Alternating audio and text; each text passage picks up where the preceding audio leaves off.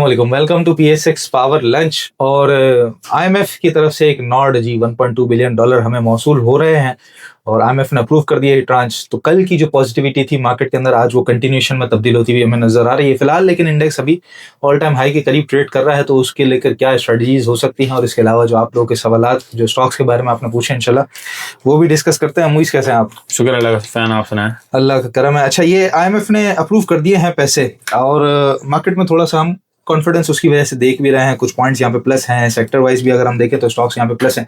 तो ये कंटिन्यूएशन में नजर आएगा? क्या लगता है कि यहाँ से ऑल टाइम हाई ब्रेक हो जाएगा इस दफा? बिल्कुल, देखिए IMF का मकसद ये होता है कि पाकिस्तान के ऊपर कॉन्फिडेंस है, जितने भी दूसरे इदारे हैं उन सबको पाकिस्तान के ऊपर कॉन्फिडेंस है कि पाकिस्तान अपने तमाम टारगेट्स टैक्सेशन के, इवन सारी चीज़ें के, वो अचीव कर लेगा। और इस वजह से अवाम के अंदर भी एक कॉन्फिडेंस आता है और उस वजह से बाइंग आज देखी गई। और मोस्ट प्रोबेबली CP-LP डेटा के अंदर भी हम देखेंगे कि इंडिविजुअल्स की तरफ से या फिर ओवरसीज पाकिस्तानी की तरफ से थोड़ी अच्छी बाइंग होगी। बाकी दूसरे इंश्योरेंस वाला तो कंटिन्यूसली मार्केट में माल सेल कर रहे हैं। तो इंडिविजुअल्स अगर कॉन्फिडेंस के अंदर हैं तो ब्रोकरेज भी कॉन्फिडेंस के अंदर है। और उससे मुझे लगता है कि ऑल टाइम हाई ब्रेक आज ना हो, कल तक, परसों तक, विद इन दिस वीक मुझे लगता है कि ऑल टाइम हाई ब्रेक हो जाएगा इंडेक्स का।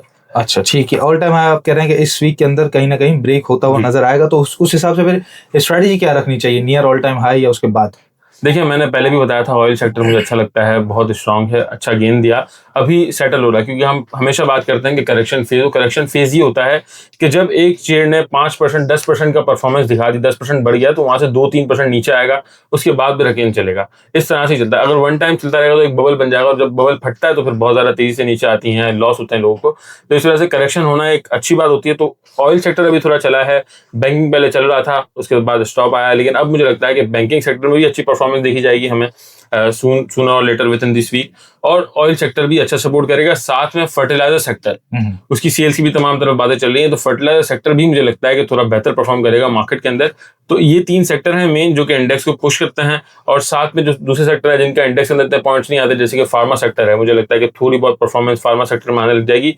और कुछ गिने चुने साइड स्क्रिप्ट्स हैं उनके अंदर भी अच्छी परफॉर्मेंस रह सकती है, जैसे कि सीमेंट सेक्टर है, वो भी मेन सेक्टर है मार्केट का, तो आज थोड़ी परफॉर्मेंस आई है और मुझे लगता है वो भी कंटिन्यू करेगा, क्योंकि बड़े टाइम से चला नहीं है। और मैपल लीफ इसके अंदर मुझे लगता है कि अंडरडॉग है, चला ही नहीं है, तो मुझे लगता है मैपल लीफ के अंदर आप नजर रखें, वो आपको अच्छा गेन दे सकता है। बिल्कुल ठीक है। अच्छा, फर्टिलाइजर सेक्टर की आपने बात की कि सेल्स के कुछ फिगर्स आ रहे हैं, लेकिन फर्टिलाइजर के पास हमने देखा कि माल बहुत ज्यादा रखा हुआ है, उनके पास क्वांटिटी बहुत ज्यादा हो गई है। तो क्या ये नहीं लगता कि अगर गवर्नमेंट की तरफ से एक्सपोर्ट की इजाजत ना दी गई तो ये प्लांट शटडाउन पे चले जाएंगे, थोड़ा सा प्रेशर रह सकता है या कंटिन्यू रहेगा इस तरह? प्लांट शटडाउन हो सकता है, लेकिन क्योंकि गैस के मुआहदे हो रहे हैं फर्टिलाइजर से, तो उनके प्रॉफिट मार्जिन बेहतर हो रहे हैं। और राइट नाउ पिछले साल के मुकाबले अगर हम देखते हैं तो सेल्स बेहतर हुई है फर्टिलाइजर की।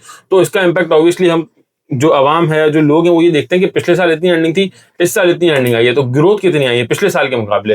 तो अगर ग्रोथ स्टोरी है, ग्रोथ आएगी, तो फिर ऑब्वियसली शेयर प्राइस बढ़ेगा। बिल्कुल ठीक है।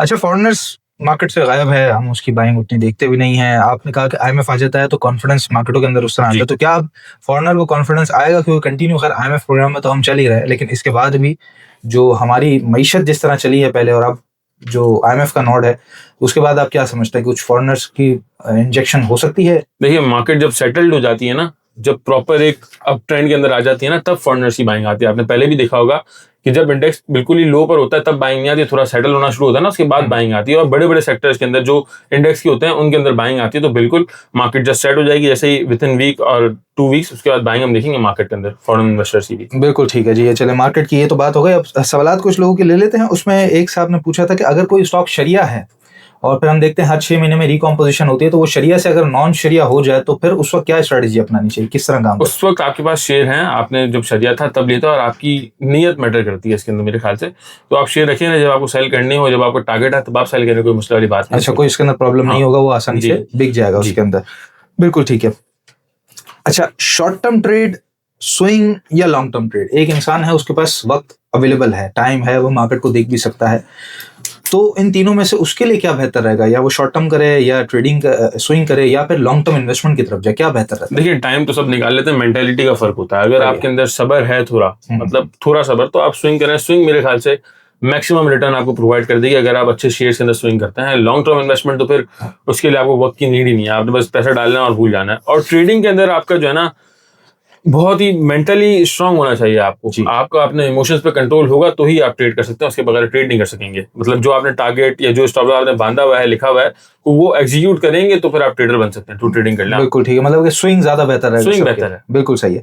अच्छा, काफी स्टॉक्स के सवालात थे, उसके अंदर प्रेमा का कई लोगों ने काफी पूछा है कि प्रेमा हम देख रहे हैं काफी अरसे से स्टक भी है, तो उसके बारे में कुछ इन्फॉर्मेशन, कोई फंडामेंटल चेंज, क्यों स्टक है, क्या वजह है इसके? देखिए प्रेमा पहले भी 30 रुपए के अराउंड पर रुका हुआ होता था, उसकी अर्निंग्स अभी भी पता है लोगों को, इतनी अर्निंग्स नहीं है इसके अंदर, प्रेमा के अंदर। तो ये एक समझ लीजिए एक न्यूज की वजह से या मार्केट के अंदर एक छट्टा भी चलता है मार्केट में, तो उस वजह से बहुत ज्यादा इंक्रीज हो गया था। 80-85 रुपए का उसने हाई लगाया, उसके बाद 40 पर आके सेटल हो गया। मुझे लगता है क्योंकि इसकी न्यूज भी आ रही थी, टैक्सेशन की बात हो रही थी, प्रीमियम की, इसकी सेल्स भी बढ़ी हैं, अर्निंग्स प्रॉफिटेबिलिटी पिछले साल के मुकाबले बेहतर हुई, तो मुझे लगता है कि थोड़ी परफॉर्मेंस यहाँ से 50 रुपए तक की आपको दिखा सकता है। इससे ज्यादा इसके अंदर मुझे राइट नाउ मार्जिन नहीं लगता फंडामेंटली, अगर मैं बात करता हूँ तो। बिल्कुल ठीक है।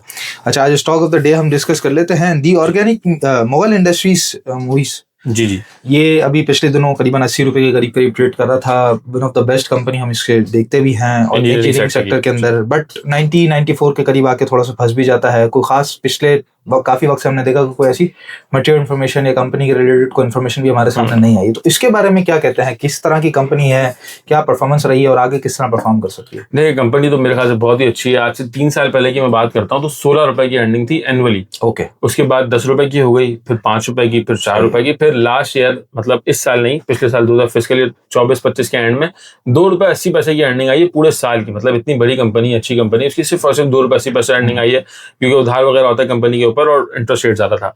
और इस बार जो फर्स्ट क्वार्टर का रिजल्ट आया उसमें फर्स्ट क्वार्टर में ही सिर्फ 2 रुपए 70 पैसे कंपनी ने कमाए हैं। ओके। मतलब बहुत ही इसकी प्रॉफिटेबिलिटी बढ़ गई पिछले साल के मुकाबले। और अगर 2 रुपए 70 पैसे से हम लगाते हैं तो पूरे साल की अर्निंग 10 रुपए 80 पैसे बनती है। और मुझे लगता है कि 15 रुपए तक ये एक्सपेक्ट कर सकते हैं कि पूरे साल की अर्निंग कंपनी 15 रुपए दिखा दे। ओके। तो अगर 15 रुपए को छोड़ के हम 10 रुपए 80 पैसे में भी देखते हैं और 10 का पी लगाते हैं, वैसे इस सेक्टर का पी 15-16 के मल्टीपल पर चल रहा है, लेकिन मुगल के लिए हम 10 का पी लगाते हैं तो 108 रुपए का रेट बनता है।